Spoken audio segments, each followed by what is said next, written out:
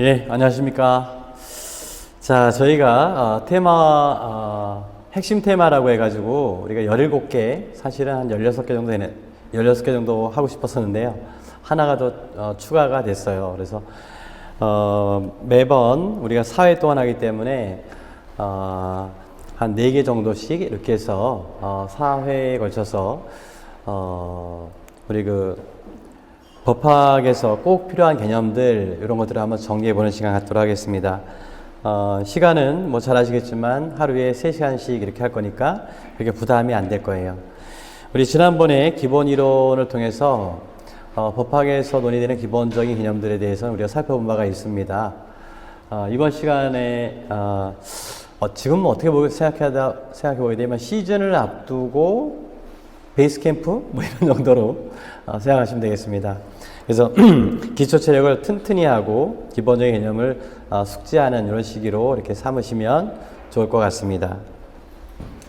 자, 그러면 우리 첫 번째 제가 잡은 것은 법의 적용이라는 거예요. 법의 적용.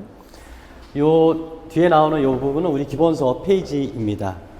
네. 제가 이 첫 번째 이 주제를 잡은 것은 다른 것이 아니라 법이 실제로 어떻게 사실관계에 적용되는지 이것을 볼 수 있는 주제이기 때문에 그래요. 그리고 또 우리 선생님들께서 꼭 필요하게 알아두셔야 될 만한 그런 개념이 여기에 많이 들어 있어요. 일반적으로 이 소송법적인 개념이기 때문에 우리 뭐 많이 활용하긴 합니다만 우리 선생님들이 실생활에서 접할 수 있는 그런 개념도 없잖아 있지만 좀 보기 좀 드문 그런 개념들이 됩니다. 약간 전문적인 개념이 되기 때문에 이 점을 제가 첫 번째 주제로 잡았어요. 법의 적용의 의의는 그렇게 어렵지 않죠. 구청의 법률관계에 사실 법률관계라기보다는 사실관계를 말합니다. 법은 항상 뭔가를 규율 대상, 법은 규범이기 때문에 규율 대상으로 삼는 것은 사실이에요. 어떤 사실관계에 법을 해석에 의해서 확정된 법으로 포섭해서 판단하는 것, 이걸 우리가 이른바 법의 적용이라고 한다. 법의 적용이라고 하게 됩니다. 그래서 구체 사실관계에 해석에 확정된 법으로 포섭해서 판단하는 것, 이거죠. 이걸 만약에 형사사건으로 보게 되면은 어떤 범죄 사실이 있을 때 그 범죄 사실이 확정되면, 사실을 확정하게 되면, 그러면 여기에다가 관련 형법 조항을 해석해서 그 형법 조항의 개별적인 범죄 구성 요건에 포섭시켜서 거기에 해당된다면 유죄, 해당되지 않는다면 무죄가 되겠죠. 이렇게 판단을 내리는 것을 우리가 법의 적용이라고 하게 됩니다. 그래서 법의 적용 단계는 여기 나와 있는 것처럼 먼저 사실을 확정해야 돼요. 사실관계가 확정되지 않는다면 불확정한 사실관계에 법을 적용할 수는 절대 없습니다. 그렇지 않겠어요? 그래서 먼저 사실을 확정하고 그리고 확정된 사실에 법을 적용할 건데 그러기 위해서 먼저 법을 해석하게 됩니다. 해석을 하고 그리고 여기다가 법적 판단을 내리게 되는 거죠. 그래서 법의 적용에는 사실 확정 문제하고 법의 해석 문제가 따라 나오게 되는 것입니다. 사실 확정 문제하고 법의 해석 문제가 따라 나오게 된다. 자, 그러면 이 사실 확정을 어떻게 할 거냐라는 부분이에요. 사실 확정 문제에 있어서 우리가 확인해야 될 개념이 추정이라고 하는 개념하고 그 다음에 간주 또는 의지의 규정이 되겠습니다. 추정한다, 의지한다. 제가 뒤에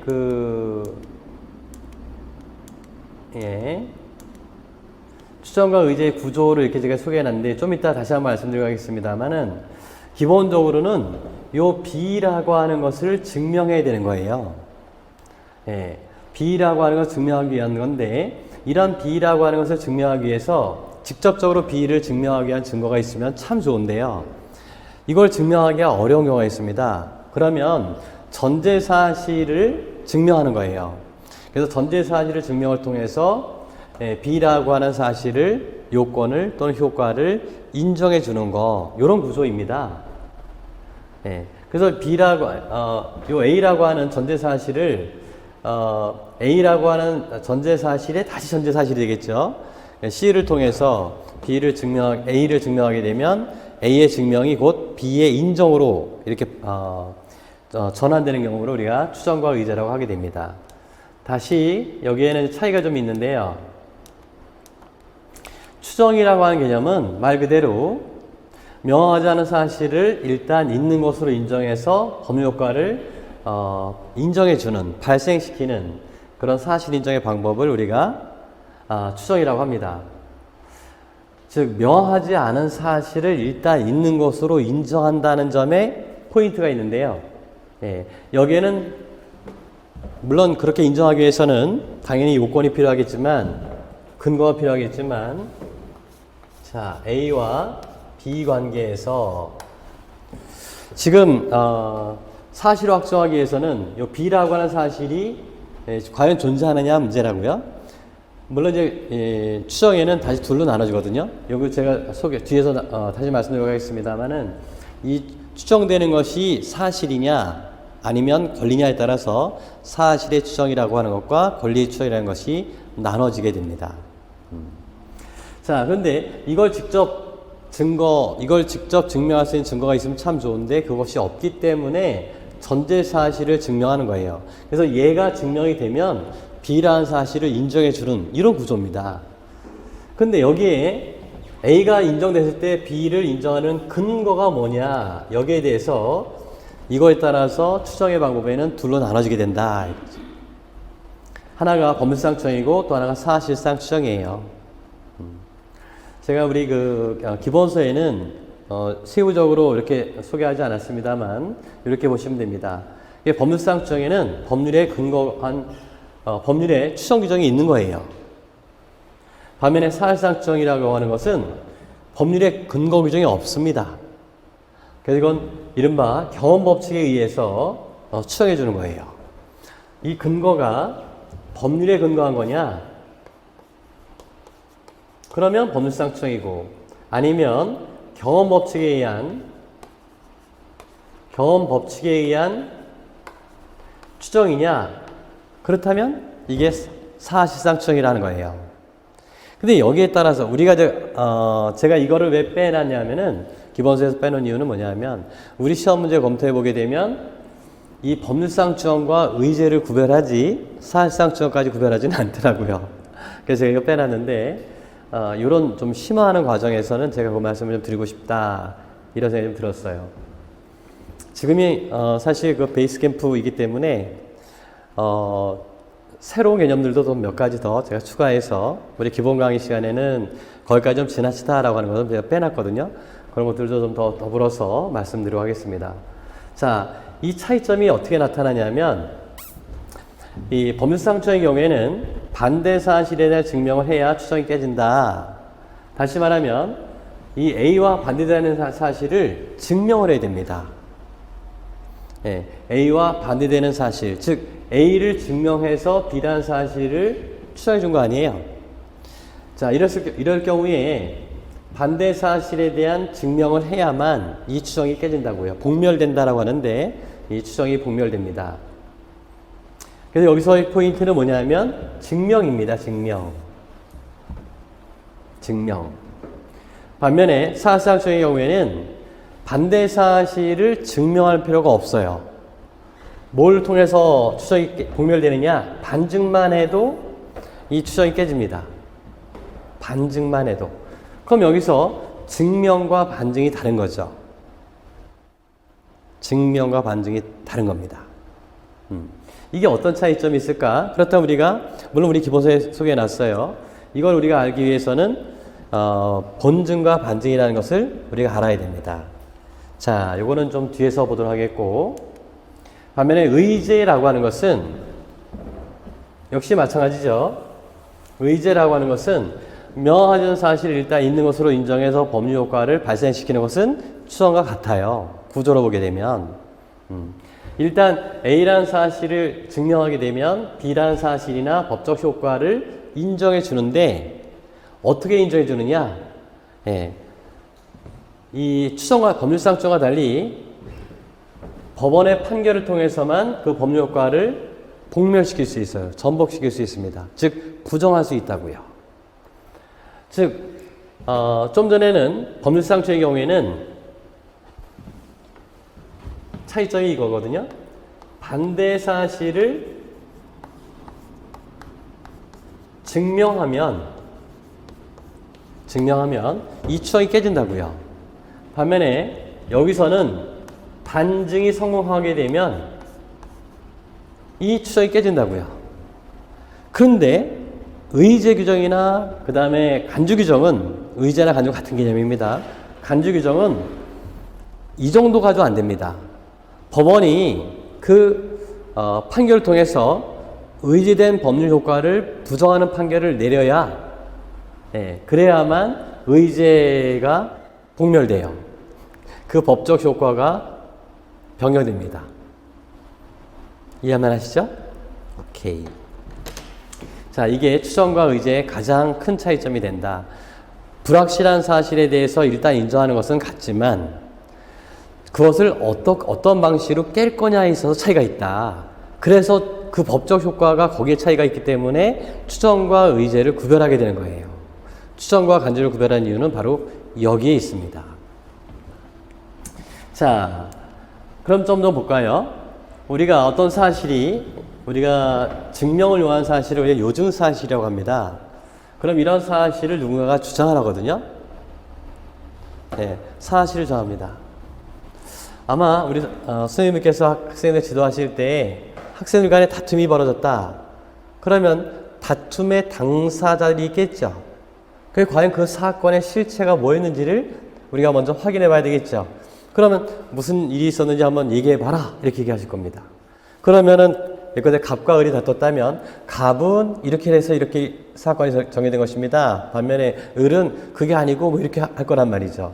결국 갑과 을의 진술이 일치한다면야 문제 안 되겠지만 진술이 일치하지 않는다라고 한다면 그러면 우리가 쉽게 제3자를 내세워서 과연 객관적으로 이 사실이 어떤 사실이 존재했는지를 우리가 확인하려고 할 거란 말이에요. 그리고 이제 거기에 따라서 학교가 적당한 처분을 내리게 될 것입니다. 자, 그래서 먼저 사실의 주장이라는 것이 있어요. 그럼 이 사실을 증명해야 되는데 이 증명이라는 개념은 좀 이따 말씀드리겠습니다만 이른바 법관이 당해 사실에 대해서 합리적 의심이 없는 확신에 이른 상태를 우리가 증명이라 합니다. 그럼 이 증명을 뭐로 해야 되느냐? 증거로 해야 되는 거예요. 증거로. 이 증거에는 다시 둘로 나눠지는데 본증과 반증이라고 나눠지게 됩니다.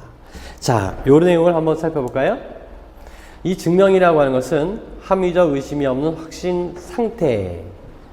그러니까 만약에 재판 과정이라고 한다면 어떻게 되겠습니까? 재판이라고 한다면 법관의 심증 상태예요. 법관의 심증이 그런 사실이 있었겠구나. 그런 사실은 절대 있지 않았겠구나 라고 확신에 이른 상태를 우리가 증명됐다라고 하는 것입니다. 자, 그래서 증명이라고 하는 것은 한마디로 뭐라고 얘기할 수 있겠어요? 확신에 이른 상태를 우리가 증명됐다라고 한다고요. 자, 만약에 여기 잘 보시죠. 만약에 증거를 통해서 증명되지 않았다라고 한다면, 즉 확신에 이르지 않았다라고 한다면 그럼 어떻게 될까요? 이 사실은 인정하면 돼야 안 돼요? 안 됩니다. 그러면 그 사실을 주장한 사람이 결과적으로는 불리한 판결을 받을 수밖에 없게 되는데 그것을 뭐라고 할까요? 그걸 증명 책임, 거증 책임, 입증 책임 이렇게 얘기하게 되는 것입니다. 됐죠? 그러면 이 증거의 두 가지 종류, 본증과 반증이 있는데 이 본증이 뭐냐? 그렇게 증명 책임을 지는 자가 제출한 증거를 본증이라 합니다. 그럼 증명 책임을 지기 때문에 이 본증은 어떻게 해야 이 본증의 역할을 다하는 거냐? 법관을 어떻게 시켜야 돼요? 확신을 줘야 됩니다. 법관에게 확신을 줘야 되는 증거가 본증이고, 반면에 반증은 뭘까요? 반증은 이른바 입증 책임을 부담하지 않는 자가 제출한 증거예요. 입증 책임을 부담하지 않는 자가 제출한 증거를 우리가 반증이라 합니다. 그럼 이 반증은 어떻게 하면 성공할 것인가? 자, 요증 사실에 대해서 법관이 확신이 이르렀을 때 확신을 의심스럽게 하는 상태로 만들어주면 이 반증은 성공하는 것입니다. 그 점이 차이점이 있는 거예요. 본증은 법관에게 확신을 줘야 된다. 왜? 증명 책임을 부담하는 자가 제출한 증거이기 때문에. 반면에 반증은 의심스럽게만 해도 성공한 겁니다. 요증 사실에 대해서 법관의 확신을 흐트러뜨리기만 해도 이 반증은 성공한 거죠. 자, 의심스럽다는 얘기는 의심이 없어야 확신인 건데 의심스럽다는 얘기는 아직 증명이 안 됐다는 얘기가 되는 거죠. 그럼 결국 확신을 다시 누가 줘야 돼요? 거짓 책임을 부담한 자가 줘야 됩니다. 이해하시겠죠? 자, 그래서 우리가 여기서 다시 보게 되면 법률상 추정이라고 한다면 반대 사실을 증명해야 돼요. 즉 법에서 얘가 인정되면 얘는 우리 법에서 인정해 주는 거예요. 이 B라는 것을 법에서 인정해 주거나 경험칙을 통해서 인정해 주거나 하는 거거든요. B라는 것이 인정된다. 이 얘기입니다. 그러면 이거를 깨고 싶다면 그러면 어떻게 되느냐? 이미 추정됐기 때문에 이거와 반대되는 사실을 상대방이 증명해내야 돼요. 그러니까 반대 사실에 대한 입증 책임은 누가 지는 거예요? 상대방이 지는 겁니다. 추정을 깨고 싶은 사람이 지는 거예요. A라는 이 사실에 대한 입증 책임을 누가 줄 것인가? 원래 입증 책임 부담하는 사람이 이거를 얻으려고 하는 사람이 이 A라고 하는 사실에 대한 입증 책임을 부담하게 되는 건데 만약에 A라는 사실을 입증을 해서 B라는 사실이 추정이 된다라고 한다면 이미 법률상 추정이 된다면 그럼 이걸 깨려고 할 때 반대 사실에 대한 입증 책임을 상대방이 부담하게 되는 것입니다. 이해하시겠어요? 이제 소송에서는 이걸 가지고 다투게 되는 것입니다. 자, 반면에 경험법칙에 즉 사실상 추정의 경우에는 법률상 인정해 준 것이 아니라 경험법칙에 의해서 인정해 준 것이기 때문에 즉 A라고 하는 것이 증명이 됐다. 그럴 경우 경험법칙상 B라는 것이 당연하지 라고 해서 법관이 인정해 준 거거든요. 자, 그러니까 법률상 추정 경향이 있어요, 없어요? 없는 거라고. 자, 이럴 때 만약에 A라는 사실을 의심스럽게만 했다. 그러면 B라는 것은 인정하면 돼야 안 돼요? 안 되거든요. 그러니까 좀 여기서는 A와 반대되는 사실을 증명해내야 되지만 여기서는 A라는 사실 자체를 그 존재 자체를 증명 못했다 하더라도 반대 사실을 증명 못했다 하더라도 반대 사실을 통해서 A라는 사실이 있을 수도 있겠고 있지 않을 수도 있겠다라고 의심스럽게만 해주면 이 반증은 성공하게 된 것이고 그러면 B라는 추정은 깨지게 되는 것입니다. 자, 이해하셨죠? 그래서 우리가 이렇게 본다면 반면에 이제 그 의제 규정은 어떻게 된다 그랬어요? 법률에 의해서 B라는 것을 인정해 주는 거예요. 그래서 반대 사실을 증명했다 하더라도 B라는 사실은 그대로 존재하게 됩니다.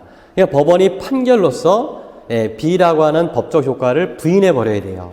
그렇지 않고는 이 효과가 그대로 남아있는 겁니다. 자, 그러니까 우리 법에도 보게 되면 법률상 추정 규정이 있겠고 아니면 뭐가 있겠어요? 의제 규정이 있겠죠. 간주 규정이 있겠죠. 우리 시험에서 이거를 구별하라 이런 문제가 한번 나온 적이 있었는데 그런 예는 몇 번 우리 시험에 출제된 적이 있습니다. 자, 그렇다고 해서 그걸 지금 우리 변경된 시험 제도화에서는 그걸 전부 암기해야 된다 이렇게는 저는 생각하지 않습니다. 그것은 최근에 우리 시험 추세에 비춰봤을 때 즉 선택형의 문제가 나온다면 그게 가능하지만 선택형의 문제가 나오지 않는 이상은 그런 문제는 고민할 필요가 없다 이런 생각이 듭니다. 자, 그래서 추정과 의제의 구조는 앞서 했던 것처럼 이런 과정이거든요. 결국 핵심은 이거건데 이거를 인정하기 위해서 요건 사실 A라고 하는 것을 증명해내는 겁니다. 그래서 C라고 하는 전제 사실을 통해서 A라는 요건 사실을 입증하게 되면 그러면 B라는 법률 효과나 요건 사실을 추정 또는 의지하는 사실 인정 방법이다. 한마디로 이렇게 말씀드릴 수 있겠습니다. 여기서 제가 좀 전에 말씀드렸던 것처럼 이 B라고 하는 요건 사실이거나 아니면 법적 효과인데 되게 법적 효과는 권리 의무거든요. 되게 권리입니다. 그래서 이 B라는 요건 사실을 인정하게 된다라고 한다면 이게 사실상의 추정 반면에 권리를 인정해주게 되면 권리 추정 이렇게 제가 드렸던 말씀이 그것이 되겠습니다. 그래서 우리 특히나 이제 민법 규정을 보게 되면 저런 내용들이 많아요. 자, 추정과 의제 공부하셨죠? 자, 그렇다면 우리가 기출문제를 한번 검토해 보도록 할게요. 그래서 먼저 법률상 추정입니다. 법률상 추정. 이건 우리 시험에 나왔던 문제들입니다. 그래서 먼저 사례 1을 보게 되면 2012년 1월 10일 갑과 을이 혼인을 해서 동년 10월 10일 날 그러니까 몇 달이 된 거예요? 9달이 된 건가요? 네. 9달 후에 아이를 출산했습니다. 예. 요즘 같으면 정말 축하할 일이 되겠죠. 근데 갑이 아이가 자신의 친자식인지 의심을 하고 있더라도 그 아이는 갑과 을의 친생자로 법은 인정한다. 자, 그럼 이거는 여기 나와 있습니다만 우리 민법 조항에 이런 경우에 법률상 추정 규정이 있어요. 뒤에 확인해 보도록 할게요. 또 두 번째도 마찬가지인데 맞벌이 부부인 갑과 을이 이혼을 하면서 재산 분할을 하던 중에 이혼하게 되면 우리 이혼의 효과로서 재산의 효과로서 재산 분할 효과가 있지 않습니까?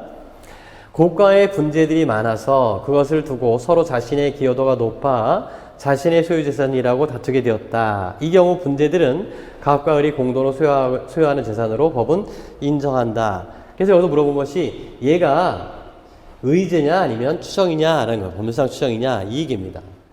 자, 그런데 우리 민법 조문을 보게 되면 844조인데요. 아내가 혼인 중에 임신하면 남편의 자녀로 추정하게 됩니다. 이때 혼인은 법률혼이죠. 사실혼이 아니라 법률혼입니다. 그래서 혼인 중에 임신하게 되면 그 아이는 남편의 자녀로 추정하게 돼요. 자, 그럼 이 남편의 자녀로 추정한다는 얘기는 사실상 사실의 추정일까요? 아니면은 권리의 추정일까요? 남편의 자녀라고 하는 사실을 인정해 주는 거예요. 자, 그런데 이 혼인 중에 임신인지를 우리가 어떻게 알겠느냐 이거예요. 그랬더니 여기에 대한 보완 규정입니다. 혼인이 성립한 날로부터 200일 후에 출생했다면 혼인 중에 임신한 것으로 추정해줘요. 여기도 추정 규정이 나오죠. 그 다음에 혼인관계가 종료한 날로부터 300일 이내에 출생한 자녀는 역시 또 혼인 중에 임신한 걸 추정합니다. 근데 이 조항은 우리 헌재에서 이 조항 자체는요, 헌재가 이거는 위헌 결정 내리게 됩니다. 이 조문은 현대 이건 헌재 판례가 있는데요. 헌재 결정에서 우리 헌재가 위헌 결정 내린 이런 사건입니다. 왜 그러냐면 현대 국가에서 이혼이라는 게 생각해 보세요. 어제까지 사이 좋았다가 그 다음에 그래 내일 이혼해. 그리고 빠이빠이 합니까? 벌써 이혼 전조 증상이 있지 않습니까? 네. 이건 우리 현대 국가의 그 혼인 제도와 맞지가 않아요. 네, 그래서 헌재가 위헌 결정 내렸던 그런 사건입니다. 어쨌든 이거는 이제 무시하고 요 사망은 무시하고 자, 이 항을 보게 되면 앞서 봤던 것처럼 몇 달 만에 혼인한 지 몇 달 만에 아이를 낳았죠? 예, 9달 만에 낳았죠? 그러니까 9달이니까 200일 후가 되지 않습니까? 그러니까 200을 출산했다면은 부의 자녀로 남편의 자녀로 추정을 받게 됩니다. 이때 추정한다고 했으니까 이건 뭐가 되겠어요? 법률상 추정 규정이 되겠죠. 그 다음에 원래 부부 간의 재산은 공유재산인가요? 아니면은 별산제인가요? 아니에요. 별산제입니다. 부부는 원래 남편 재산 따로, 부인 재산 따로 이렇게 별산제로 운영이 돼요. 알아두세요. 그런데 여기 보시죠. 여기 특유재산이 나온 게 바로 그겁니다. 부부의 일방이 혼인 전부터 가진 고유재산과 혼인 중 자기의 명의로 취득한 재산은 특유재산으로 한다. 이게 바로 부부 별산제라고요. 그런데 이 항을 보게 되면 누구에게 속한 것인지 분명하지 아니한 재산은 부부의 공유로 추정한다 라고 되어 있죠. 이것이 법률상 추정 규정이 되겠습니다. 그래서 앞서 사례 1번과 2번은 그 분재, 그거는 공유재산으로 추정하게 되는 거죠. 이건 법률상 추정 규정이 있는 거죠. 자, 사실상 추정 사례는 우리 시험에 안 나왔는데 제가 하나 우리 형법 관련해서 사례를 하나 만들어 봤어요. 갑은 을에 대한 살인 혐의로 기소되었어요. 공판기 일에 검사병은 갑이 을에 대한 살인 행위를 증명하였다.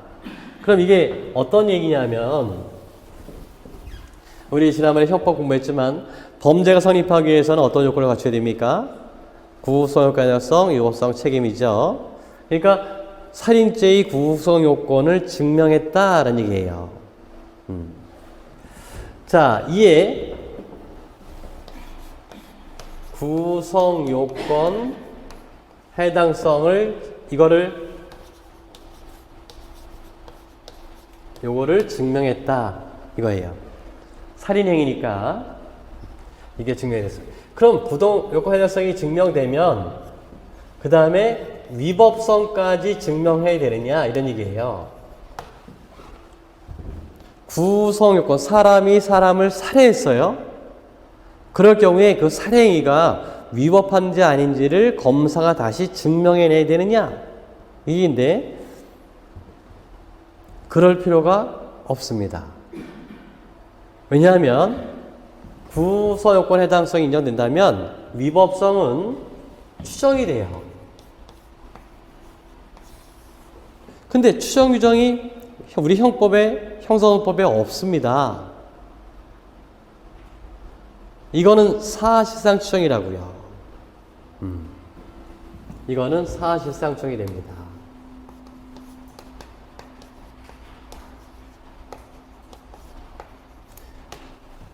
예, 사실상 추정이 되는 거예요. 유법성이 추정되는 겁니다.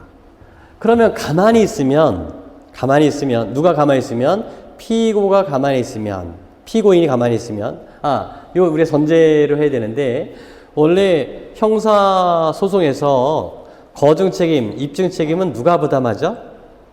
검사가. 왜 검사가 부담하죠? 근거가 뭡니까? 우리 헌법에서 무슨 원칙이 있었지? 유죄 판결이 확정될 때까지 무죄로 처형하지 않았습니까? 그래서 무죄로 처형받기 때문에 우리 헌법상 처형을 받는 거예요.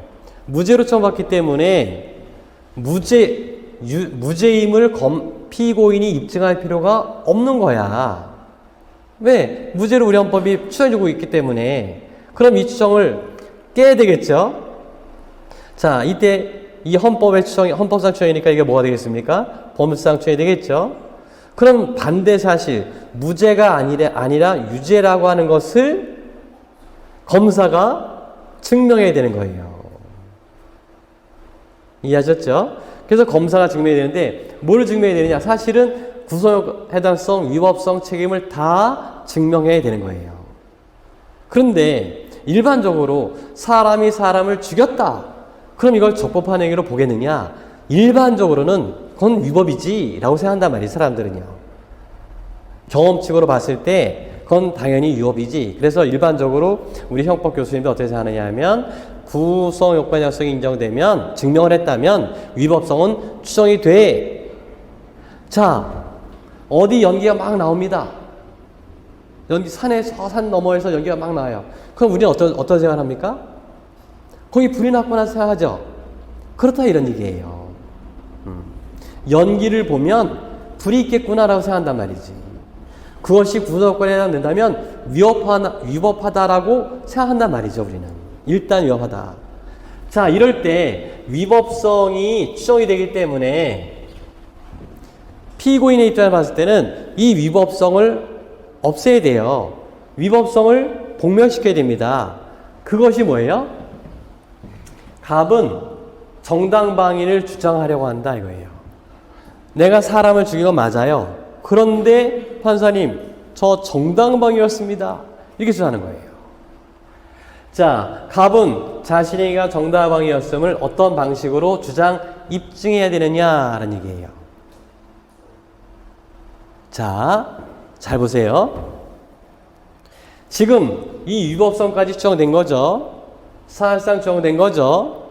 그러면 피고인 입장에서 봤을 때는 위법성이 흔들리게 되면 위법성을 인정하면 법관이 인정하면 됩니까? 안 됩니까? 안 된다고요. 그러니까 피고인 입장에서 봤을 때는 뭐만 하면 될까요? 위법성을 의심스럽게. 다시 말하면 그렇군. 정당방위가 성립할 수도 있겠네. 라는 마음을 법관이 갖게 되면 피고인의 이 주장과 입증은 성공한 겁니다. 그러니까 뭐 하면 돼요?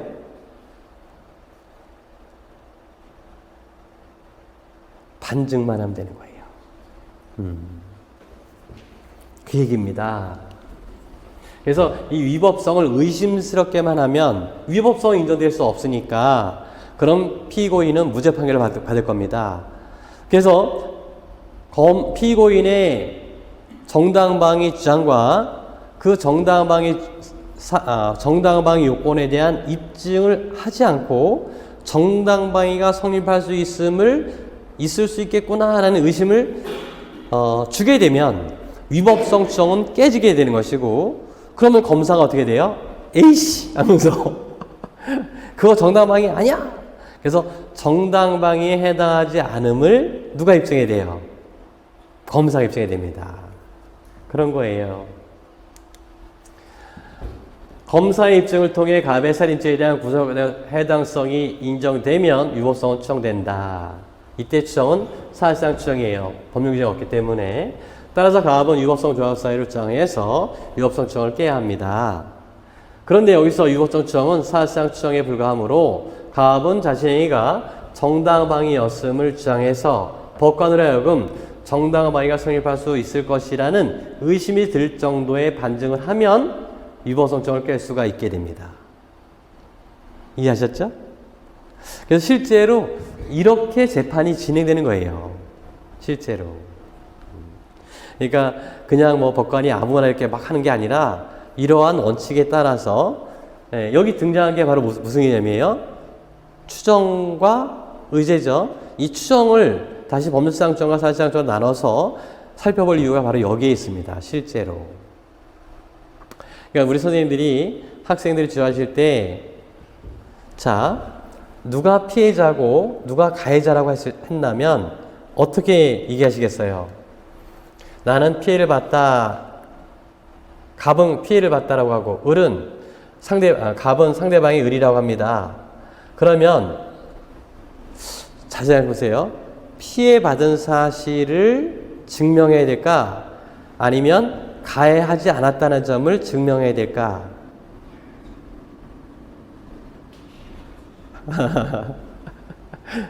예. 우리가 무죄처 원칙을 우리 학교에도 적용해 본다면 누가 입증해야 되는 거예요? 피해자 측에서 이러이러한 가해받은 사실이 있음을 입증해야 되는 거죠. 근데 우리가 마음이 어디 그렇게 됩니까? 일단 피해자 측의 마음이 되기 때문에 네가 아님을 네가 증명해. 네가 범죄를 저지르지 않았다는 것을 네가 증명해. 이렇게 하지 않습니까? 그래서 우리가 한번 생각해 볼 필요가 있는 그런 논점이 아닐까 그런 생각이 들었습니다. 자, 하나 더 기출문제 법률상 의제. 부재자로 수년간 생사가 불분명하던 갑은 그의 처인 을의 실정선고 청구에 의해서 실정선고를 받아 확정되었다. 아시겠지만 우리 뒤에도 나옵니다만 실정선고를 받게 되면 실정선고 기간이 만료될 때 사망한 것으로 뭐 해줘요? 본다입니다. 본다. 그게 이제 의제 조항이 되죠. 이 경우 갑은 실종이 만료할 때 사망한 것으로 법은 인정하는데 이건 의제 조항이 됩니다. 이게 바로 그 얘기예요. 실정서를 받은 자는 전조의 기간, 즉 보통 일반 실종의 경우에는 5년, 특별 실종의 경우에는 1년이죠. 뒤에 다시 한번 말씀드릴게요. 만료한 때에 사망한 것으로 본다. 여기 추정이 아니라 본다라고 되어 있죠. 이게 바로 의제 조항, 간주 조항이 되겠습니다. 그럼 이건 어떤 효과가 있다는 얘기냐면 만약에 그 처가 그래서 갑이 다시 돌아왔다. 실종 선고를 받았는데 이 사람이 다시 돌아왔다 이거예요. 그러면 이 사람은 바로 권리 능력이 회복됩니까? 그렇지 않습니다. 우리 사람은 생존하는 동안에 권리 능력이 있기 때문에 이 사람 사망한 거야, 법적. 그래서 권리 능력을 가질 수가 없어요. 자, 분명히 살아서 돌아왔는데 말입니다. 그러니까 이럴 경우 어떻게 되느냐? 실종 선고를 취소 판결해야 됩니다. 실종 선고 취소 소송을 제기해서 실종 선고 취소 판결을 받아야만 권리 능력이 회복되는 거예요. 소송 중에 그 사람이 살았다는 것을 증명한다 하더라도 편함이 없어요. 편함이 없습니다. 그래서 우리 시험에 나온다면 아마 실종 선고 관련해서 아마 그렇게 소송 중에 그 사람이 살았음을 증명했다. 그럴 경우에도 어떻게 될 것이냐. 이거를 사실은 우리 법학에서 법대에서 가장 예민하게 다루는 그런 사례 중에 하나거든요. 그런 사례가 출제될 가능성은 없지 않아 있겠다. 그런 생각이 좀 듭니다. 자, 여기까지가 법의 적용 문제였어요. 네. 자, 두 번째로 권리 능력, 행위 능력, 의사 능력 요거를 한번 잠깐 말씀드리도록 하겠습니다. 사실 이 부분에서 요 행위 능력의 제한과 그 다음에 페이지는 요거 26면 이해합니다. 행위 능력의 제한과 그 다음에 이른바 제한 능력자 제도 그러기 때문에 발생하는 상대방 보호 있지 않습니까? 이게 핵심이에요. 근데 먼저 우리가 알아둘 거 권리 능력이라고 하는 것이 뭐고 의사 능력이라는 것이 뭐고 행위 능력이라는 것이 뭐냐 이런 얘기죠. 이 개념을 우리가 확실히 해두자. 권리 능력이라고 하는 것은 말 그대로 이 능력은 자격을 말합니다. 네. 권리 능력이란 권리 의무의 귀속 주체가 될 수 있는 능력. 다시 말하면 자격을 우리가 권리 능력이라고 해요. 근데 이 권리 능력은 누구한테 인정해 주느냐? 우리 법에서 자연인과 법인에게 인정해 줍니다. 즉 자연인에게만 인정해 주는 것이 아니라 누구에게도 인정해 줘요? 법인에게도 인정해 줍니다. 자, 그 조문을 좀 이따 보도록 하겠고요. 반면에 의사 능력이라고 하는 것이 있어요. 이 의사 능력은 자신의 행위의 의미나 결과를 합리적으로 판단할 수 있는 능력. 내 행위가 어떤 의미를 갖고 있는지 그리고 어떤 효과가 발생하는지 그죠? 이거를 합리적으로 판단할 수 있는 능력 이걸 우리가 의사 능력이라고 하게 됩니다. 근데 이런 의사 능력은 일관되지 않을 수 있어요. 우리가 쉽게 한번 이런 생각해 볼까요? 어떤 분이 치매에 걸리신 분이 있다. 근데 치매 상태가 쭉 지속되는 것이 아니라 순간적으로 평상시엔 정상적이었다가 어떤 순간에 잠깐 그런 경우가 있단 말이죠. 그래서 이제 치매 초기일 때는 그런 증상이 나타나게 되는데 그런 경우 생각해 보게 되면 평상시라고 한다면 뭐죠? 정상적인 의사 능력을 갖고 계세요. 근데 치매 상태에 들어가시게 되면 그때는 의사 능력을 인정하기 어렵단 말이죠. 그렇지 않겠습니까? 그래서 이 의사 능력은 법률행위마다 개별적으로 판단하게 되는 거예요. 자, 그러면 우리 실제로 사례를 한번 보세요. 갑과 을 사이에 어떤 계약을 체결했는데 이 계약은 갑에게 참 유리한 그런 계약이 됩니다. 평상시에 갑이 이 물건을 을로부터 꼭 사고 싶었던 건데 을은 평상시 거래 제의에 을이 응하지 않았던 건데요. 어느 날 갑이 제하니까 을이 흔쾌히 그 거래에 응했던 것입니다. 그래서 청약과 승낙이 이루어져서 계약이 이루어졌어요. 자, 그럴 때 을이 나중에 그 계약은 무효야. 왜냐하면 내가 그때는 내 정신으로 계약을 한 게 아니야 라고 주장했단 말이에요. 그죠? 내가 내 정신으로 그 계약을 한 게 아니야 이거예요. 내가 치매가 있거든 내 정신으로 계약한 게 아니야. 자, 그럼 이 계약은 무효가 될 수 있을까요? 없을까요?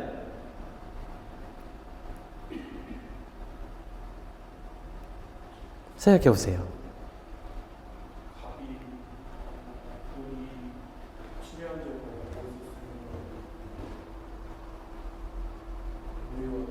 무효. 갑은 몰랐어요. 유효.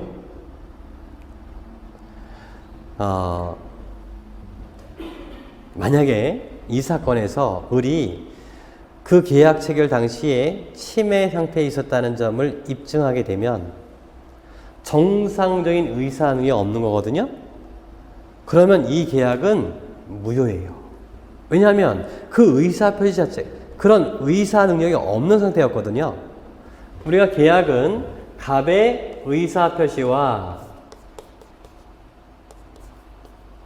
그 다음에 을의 의사표시가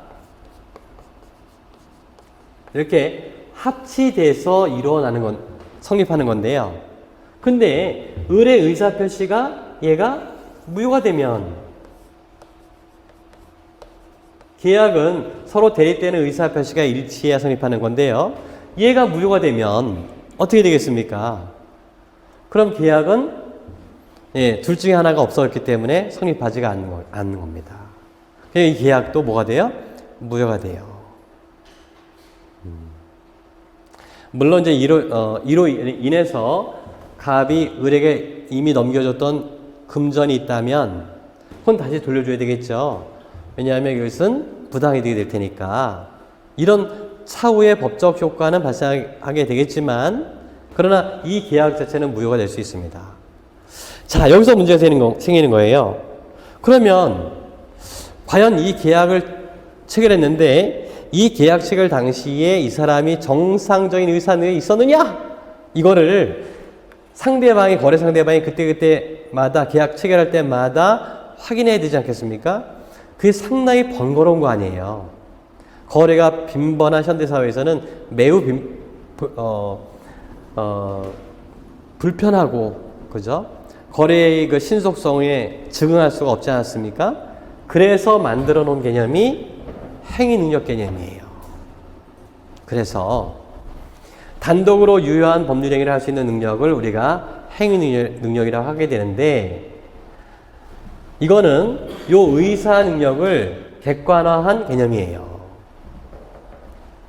자, 그렇다고 우리 선생님들 이제 행위 무능력자가 나오거든요. 그래서 기본적으로 잘 아시겠지만 4가지가 제한 능력자 제도 나오지 않습니까?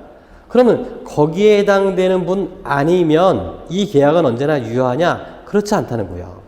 자신이 의사 능력이 없음을 증명하게 되면 그럼 이 계약은 무효가 될 수 있어요. 물론 의사 능력이 없다는 점을 증명한다는 것은 결국 쉬운 일이 아니겠지만 그때는 이 무효될 수 있다는 점을 하나 기억해 주시기 바랍니다. 그래서 기본적으로 권리 능력 외에 행위 능력만 생각하는데 그게 아니라 의사 능력이라고 하는 것도 매우 중요한 개념입니다. 다만 굉장히 번거로운 개념이 된다. 의사 능력 확인하려면. 그래서 등장한 객관화된 개념이 바로 행위 능력 개념이다 라는 얘기가 되겠습니다. 그래서 그 이하에는 권리 능력과 행위 능력을 공부하게 될 텐데, 자연인의 권리 능력은 3조에서 생존하는 동안 권리와 의무에 지쳐야 된다라고 돼 있어요. 생존하는 동안. 그럼 생존하는 동안은 결국 뭐가 문제되느냐? 언제부터 언제까지냐라는 얘기예요. 그래서 시기와 종기가 문제되는 거죠. 그죠? 시기와 종기가 문제됩니다. 언제부터 언제까지냐 이런 얘기예요. 그래서 이 시기원에서 보게 되면 우리 선생님 기억나실까요? 우리 그 민법에서는 전부 노출설이에요. 그래서 태아가 즉 사람이 완전히 출산됐을 때 그럴 때 사람으로 봅니다. 형법에서는 진통 개시설이에요. 그래서 이제 분만이 막 이루어지기 시작할 때 진통이 막 엄마한테 진통이 오지 않습니까? 그때부터 사람으로 봅니다. 차이점이 있어요. 민법과 형법의 차이점이 있습니다. 그리고 종기는 뭐죠? 사망이에요. 뭐 잘 아시겠지만 이 사망이라고 하는 것은 뇌도 특히나 이 심장도 완전히 정지돼야 되는 거죠. 심장 박동 정지설이 일반적으로 받아들이고 있는 견해가 됩니다. 자, 그래서 여기서는 언제 사망으로 볼 거냐? 자연사로 간다면 문제가 안 됩니다. 그분이 살아계시는지 아니면 돌아가셨는지 이거는 자연사라고 한다면 문제가 안 되는데 여기에 대한 특례 조항이 있는 거죠. 그게 세 가지 있습니다. 그래서 하나가 실종 선고가 있고요. 민법 27조에 나와 있죠. 이게 일반 실종입니다. 5년간 생사가 분명하지 아니하면 그때 청구에서 실종, 이거 반드시 5년간 생사가 분명하지 아니하다고 해서 사망한 것으로 보는 게 아니라 반드시 법원에 실종 선고를 받아야 돼요. 법원의 판결로 실종 선고라고 하는 법원의 재판을 선고를 받아야 됩니다. 그래야만 사망으로 의지되는 거예요. 반면에 이게 특별실종인데요. 전쟁, 침몰한 선박, 추락한 항공기, 기타 사망에 의될 위난을 당한 자의 생사가 전쟁 종지 후 선박 침몰, 항공기 추락, 기타 위난이 종료한 후 1년간 분명하지 아니하면 그때도 뭐죠? 1년 왔다? 무슨 얘기예요? 실종 선고, 검사의 청구에 이해관계인이나 검사의 청구에 의해서 실종 선고를 하여야 한다라고 되어 있습니다. 그래서 실종 선고를 받게 되면 그러면 어떻게 되는 거죠? 앞서 봤던 것처럼 그 기간이 만료할 때에 사망한 것으로 봅니다. 자, 그러면 우리나라 사람들이 그렇게 모질지가 못하잖아요. 그러니까 실종이 됐습니다. 그럼 5년이 지나면 바로 실종 선고하나요? 아니죠. 5년, 10년 기다려줍니다. 그러다가 이제 뭐 자식들이 뭐라고 하든 누가 뭐라고 하든 주위에서 뭐라고 그럴 때 이제 실종 선고 하시죠. 왜? 실종 선고를 해야 나머지 그 배우자가 다시 혼인 관계가 종료하고 재혼도 할 수 있어요. 그래야만. 그래서 그때 이제 실종 선고를 하게 되면 예를 들어서 이때가 부재자가 된 시점입니다. 그리고 이 기간이 5년이에요. 생사분명히. 이때가 10년입니다. 근데 이때 실종 선고를 받았어요. 이때 실종 선고 받았습니다. 그러면 어느 때 사망한 것으로 본다고요? 실종 선고한 때? 기간이 여기 보시는 것처럼 전조의 기간이 만료한 때. 실종 선고는 이때 하지만 사망은 이게 보통 일반 실종이라고 한다면 요 기간이 만료할 때 요때 사망 시가 되는 거죠. 이게 왜 중요할까? 이때 이 사망 시를 기준으로 해서 사망과 동시에 뭐가 일어나죠? 상속이 일어나기 때문에 이 시점에 가족 친족 관계를 전제로 해서 상속이 이루어지게 됩니다. 그러면 근데 배우자 중에 일방이 실종 선고를 받았다라고 한다면 어떻게 되겠어요? 이 시점을 기준으로 해서 상속이 되는 거예요. 자, 두 번째로 동시 사망 추정 규정이 있죠. 두 사람 이상이 동일한 위난으로 사망했다면 동시에 사망한 것으로 추정해준다. 역시 이것도 뭐죠? 무슨 추정이에요? 법률상 추정이 되겠죠. 법률상 추정. 이게 동시 사망의 추정이 되겠고, 하나 더 있다면 잘 아시겠지만 인정사망제도예요. 이거야말로 뭐 우리 시험에 잘 나올 개념은 없겠습니다만 주로 문제되는 것은 이 실종 선고 동시 사망이 되겠습니다. 이 인정 사망은 잘 아시겠지만 여기 수해나 화재 그 밖의 재난으로 인해서 사망한 사람이 있는 경우 이를 조사한 관공서가 사망지 시은면 동장에게 통보해요. 그래서 어떻게 할까요? 사망으로 기재합니다.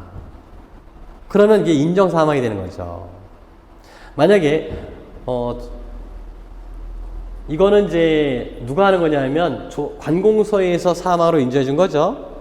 만약에 관공서 이거 안 했다면 어떻게 할까요? 대개 행방불명이거든요. 부재자입니다. 한마디로. 예.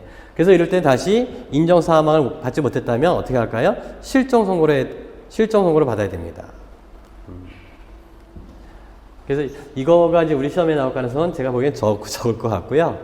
우리 시험 문제로 논의한다면은 실종 선고나 동시 사망을 가지고 이건 상속에서 조금 어려운 문제로 우리 지난번에 봤던 것처럼 대습 상속이라는 문제가 나오지 않습니까? 그래서 장인과 부인이 동시에 사망했을 때 호주 여행 가서요. 비행기 사고로 그때 그 사위가 딸의 그 상속분을 대습 상속할 수 있었느냐 그 판례를 공부했었는데 굉장히 유명했던 판례입니다. 그래서 제가 동시 사망을 물어본다면 그 판례를 물어볼 수 있지 않을까. 그래서 좀 어려운 문제긴 하지만 그런 생각이 좀 들었습니다. 자, 그럼 우리 선생님들 잠깐 쉬셨다가 여기서 핵심은 제가 드리려고 했던 핵심은 우리 시험에 그래도 논의할 수 있는 핵심은 뭐냐면 행위 능력 제한 제도, 제한 능력자 제도, 그리고 여기다 상대방 보호 문제입니다. 잠깐 쉬었다가 여기서부터 법인에 관련 내용은 잠깐 이따 보도록 하겠고, 여기서부터 보도록 하겠습니다.